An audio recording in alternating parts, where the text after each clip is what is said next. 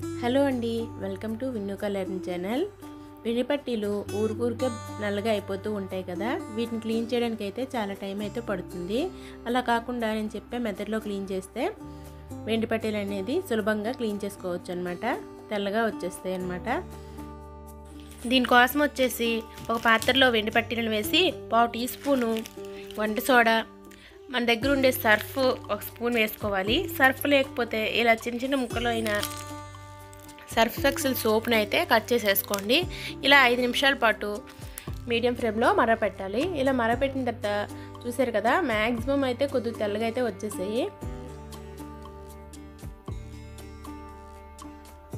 ఈ వాటర్ మొత్తం అయితే కూల్ అయిపోవాలి. చూసారా ఎంత మురికి అయితే వచ్చేసిందో.